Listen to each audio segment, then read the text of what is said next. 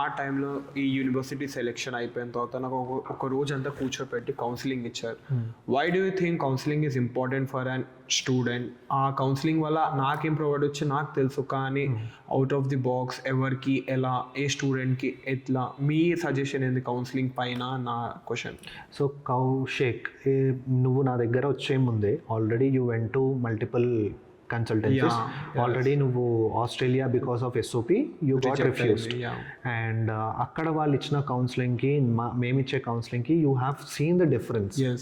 పర్టికులర్గా స్టూడెంట్స్ కూడా మల్టిపుల్ ఏజెన్సీస్తో దగ్గరికి వెళ్ళి కన్సల్టెన్సీస్ దగ్గరికి వెళ్ళి దే ఫీల్ లైక్ అరే వాళ్ళు చెప్పింది. I suggest student to have research on particular what we tell. మేము ఒక నాలెడ్జ్ ఇచ్చిన తర్వాత, నాలెడ్జ్ షేర్ చేసి కౌన్సిలింగ్ ఇచ్చిన తర్వాత పర్టికులర్ కంట్రీకి కూడా నేను స్టూడెంట్కి కూడా సజెస్ట్ చేస్తాను అంటే you have a research from your end. ఎందుకంటే you should not feel like only the point of contact ఇతనేనా అన్నట్టు ఉండొద్దు దేంట్లో నాలెడ్జ్ గురించి. ఓకేనా?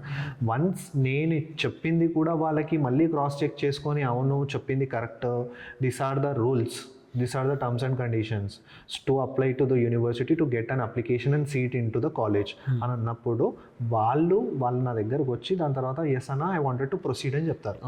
So that is a part 1. And part 2 counselling అనేది చాలా ఇంపార్టెంట్. బికాస్ ఒక యూనివర్సిటీ ఎలా ర్యాంకింగ్ చేస్తుంది, ఈ కోర్స్ తీసుకుంటే నీ బ్యాక్గ్రౌండ్, నీ డొమైన్, ప్రీవియస్ డొమైన్, సో దానికి దీనికి ఏం అలైన్ అయి ఉంటుంది, నీ ఫ్యూచర్ కెరియర్స్కి ఎలాంటి అలైన్మెంట్ ఇవ్వచ్చు, and where you can go and apply for top companies.